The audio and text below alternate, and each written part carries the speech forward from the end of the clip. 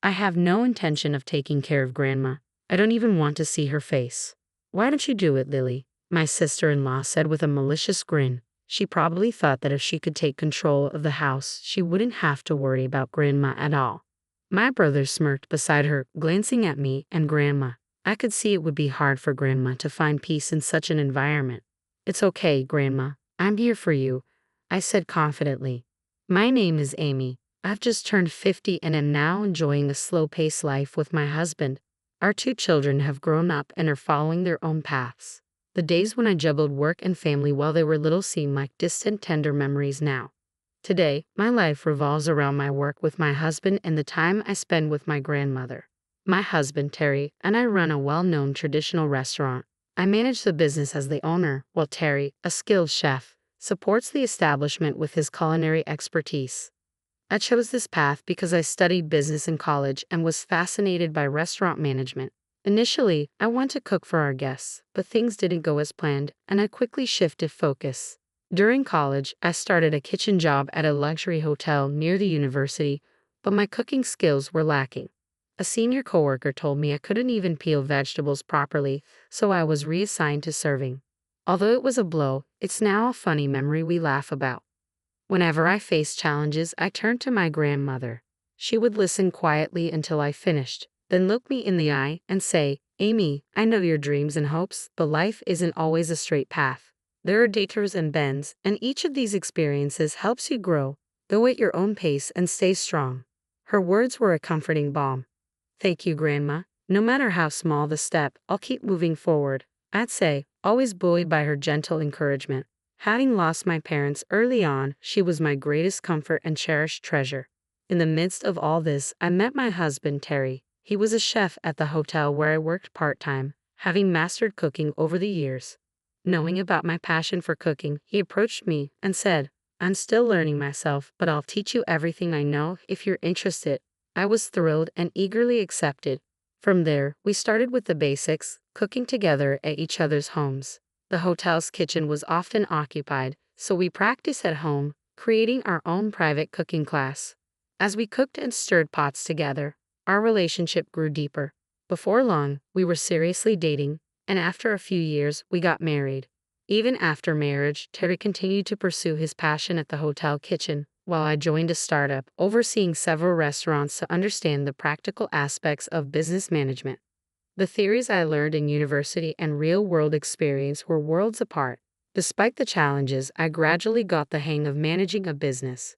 With the support of my company, we were given the opportunity to run the upscale traditional restaurant we had always dreamed of. I took on the role of manager, setting up the restaurant and inviting Terry to lead the kitchen. After completing his training, he was eager for a new challenge and happily accepted. Together, we nurtured and grew our restaurant. But my deep involvement in work meant I regrettably spent less time with my dear grandmother. Now, Grandma lives with my brother Colin. He's a serious office worker with a somewhat troublesome personality. When I excitedly told him about my new role as manager through a company program, his reaction was unexpectedly cold. "Wait, are you seriously taking such a risk? Wouldn't it be more secure to remain a regular employee?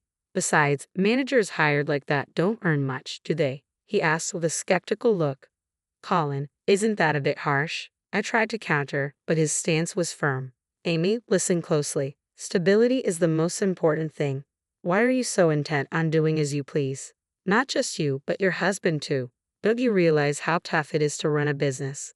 What will you do if you fail?" His words left me taken aback. Sure, running a business might be hard, but we had the support of the company. It wasn't entirely on us. Then, with a somewhat malicious grin, my brother's wife, Lily, chimed in. "You two are quite daring, aren't you? But if things go south, don't come running to us for help." Her comment made me silently vow never to rely on them, no matter what. The reason my beloved grandmother ended up with such a mean sister-in-law began when my brother and his wife suddenly moved in. I discovered this during one of my visits. When I rang the doorbell, Lily answered, looking surprised. "Oh, Amy, what are you doing here?" she asked. I was taken aback and blurted out, "Lily, why are you at Grandma's?" Taking a deep breath, Lily smiled and said, "Well, I'll let you in on a secret. Recently, I've been taking care of Grandma here. I wanted to spend more quality time with her, so we decided to move in. She seemed quite proud of herself. Admittedly, with a new restaurant and everything else, I had been too absorbed to notice the change. I had been extremely busy lately, which left me with less time for Grandma. With Lily spending more time at home, she had probably been looking out for her. "Thank you, Lily. It's really a big help," I said, though a pang of sadness hit me at the thought of missing time with my grandmother. When I dropped by Grandma's house, Lily often greeted me with a hint of sarcasm. "Oh, Amy, you're here again. Think Grandma's quite busy, you know. But then, this is Grandma's house," she remarked. I would respond with a smile. "Sorry, I just wanted to chat with Grandma." Visiting Grandma's house every weekend was my joy. She always welcomed me with a warm smile, but lately, I had noticed she wasn't her usual energetic self. I tried to brush it off as my imagination, but one day my fears became a reality. When I knocked on Grandma's door and received no answer, I gently opened it to find her collapse at the entrance. In shock, I rushed to her side, shouting, "Grandma, are you okay?" I immediately called an ambulance and she was taken to the hospital. I accompanied her, and before I knew it, night had fallen. After some time, a doctor called me in to discuss her condition. He began with the ominous words, "She doesn't have much time left." I was devastated and struggled to process the news, but I understood that Grandma was gravely ill. It turned out that this was her regular hospital, and the doctor explained that her condition was beyond surgical intervention. It was best for her to rest at home. While absorbing this news, I received word that Grandma had regained consciousness. I hurried to her room, where she greeted me with a weak smile. "Amy, I'm sorry for surprising you," she said, her voice faint but warm. Through my tears, I asked, "Why didn't you tell me earlier, Grandma?" She replied softly, "I didn't want to worry anyone." At that moment, I felt the profound depth of Grandma's strength and kindness. I decided to cherish the time we had left and spend more quality moments with Grandma. "How about we tell everyone about your illness?" I gently suggested to her. She seemed a bit surprised by the idea but agreed. I hoped my brother and his wife would appreciate the chance to be with Grandma in her remaining days. A few days later, Grandma was discharged from the hospital. However, this didn't signify improvement. She was sent home because there were no more treatment options available. When we arrived at Grandma's house, my brother and Lily were lounging in the living room, their expressions relaxed. Lily, with a cheerful tone, remarked, "Where have you been? It's been so relaxing here while Grandma was away." My brother chuckled and added, "It's been refreshing to have some peace and quiet without Grandma's voice around." I was taken aback by their comments. One look at Grandma, and it was clear how serious her condition was. Trying to keep my emotions in check, I said, "Stop with the jokes. Grandma's condition is very serious. They can't treat her at the hospital anymore." Both my brother and Lily looked stunned. My brother, clearly in disbelief, asked, "You're joking, right?" Lily seemed to dismiss my words with indifference. Taking a deep breath, I told them firmly, "It's true. If you don't believe me, you can ask Grandma's primary doctor directly." With a frail voice, Grandma added, "Actually, I don't have much time left. There's not much I can do from now on." Lily's eyes widened in surprise. "Wait, I didn't sign up to be a caregiver. I'm just living here to save on rent. I can't handle such a huge responsibility," she said, her voice tinged with annoyance. I was incredulous at her words. Grandma's eyes filled with deep sadness as she whispered to herself, "So I'm a burden now." It was clear that Lily and my brother were only concerned with their own comfort, disregarding Grandma's feelings. Holding Grandma's hand, I comforted her. "It's okay, Grandma. I'm here for you. This is your house, and we should prioritize your well-being," I told Lily firmly, but she remained stubborn, showing no sign of changing her mind. "I'm sorry, Amy," Lily finally said, though it was clear she wasn't truly remorseful. I was taken aback by their attitudes. Grandma, wiping away her tears, apologized, and I felt a deep urge to protect her. Lily's gaze was filled with annoyance, as if dealing with us was a burden. "Can you just leave? Honestly, I get distracted with you guys around. Don't come asking for help later because I won't be inclined to assist," she said, her tone sharp. "Seriously, just thinking about Grandma gives me a headache." "Don't try to shift the responsibility onto us," my brother added, glancing at Grandma with evident irritation. It was clear that the inconvenience was on their side. Yet, as soon as they learned about Grandma's condition, their only thought was to get rid of her. Their attitude filled me with a heavy sadness. We won't be speaking to Lily or you anymore. Our family relationship ends here. If anything happens later, don't rely on us, Grandma said, her voice trembling and her eyes misty. I won't come to this house anymore. Goodbye. Great, even if Amy gets into trouble somewhere, we won't be involved. My brother smirked. If Amy is in trouble, it's none of our concern. Do your best with Grandma, Lily said with a dismissive wave. With that, Grandma and I left the house. I decided to take her to my place in a taxi and start a new chapter together. As the taxi door opened, Grandma's eyes widened in surprise. Oh, what a magnificent house, she exclaimed, clearly impressed. Indeed, our home was larger and more glamorous than where Grandma had been living. The company we work for is unique. In addition to our regular wages, we receive bonuses based on the restaurant's revenue. This generous system was designed to motivate employees, providing us with a stable and comfortable lifestyle. As I was lost in thought, the front door opened gently to reveal Terry with a warm smile. Welcome back. I've been waiting, he greeted cheerfully. I had texted Terry about Grandma's arrival, and he had thoughtfully prepared tea for us. After such a long time, Grandma was delighted to see Terry again, her face lighting up with a warm smile. I led her into the living room and served her some of the comforting tea.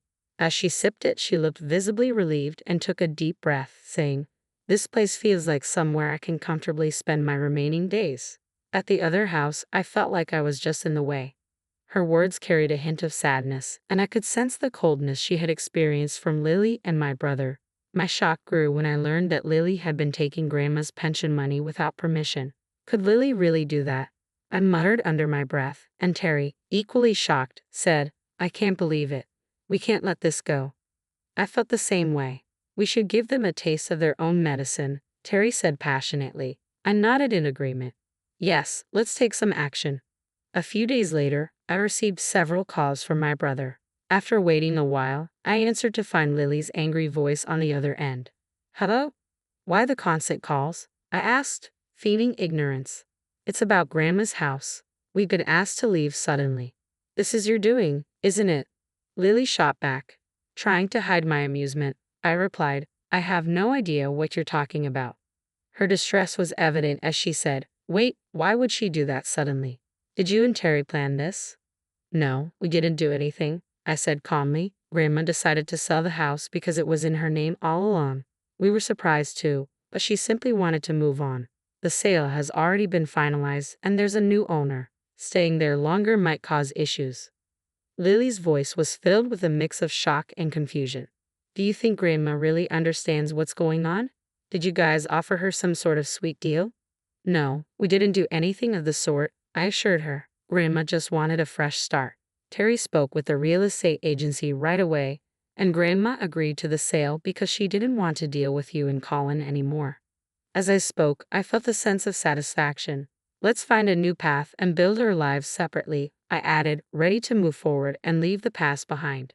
I ignored Lily's frustration and tried to stay positive. Where are we supposed to live now? Our previous flat is gone. Lily's voice quivered with anger.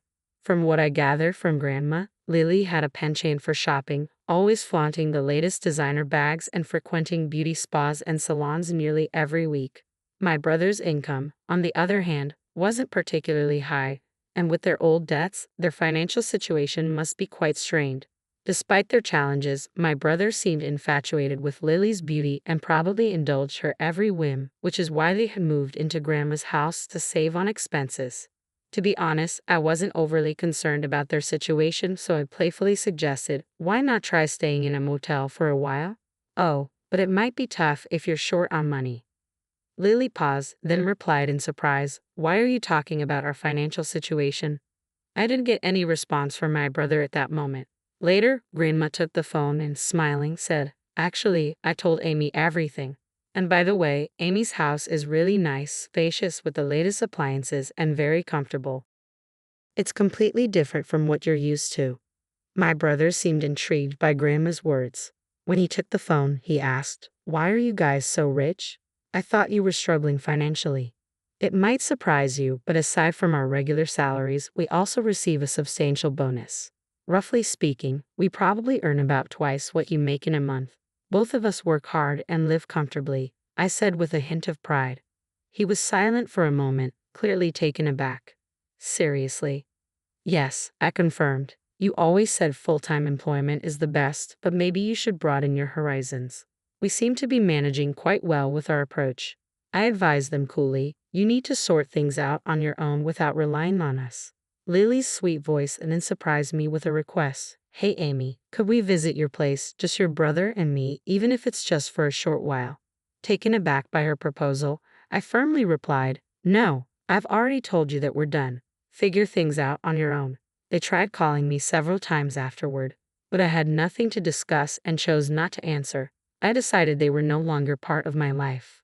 Soon after, I received unexpected news. My brother and Lily had been arrested for shoplifting from a small store. From the police, I learned about Lily's enormous debts, which far exceeded what my brother's salary could cover. She had even been siphoning money from Grandma's pension. Debt collectors had gone to my brother's workplace, which forced him to leave his job. Their financial situation deteriorated rapidly, and they were reduced to stealing donuts and sandwiches to eat.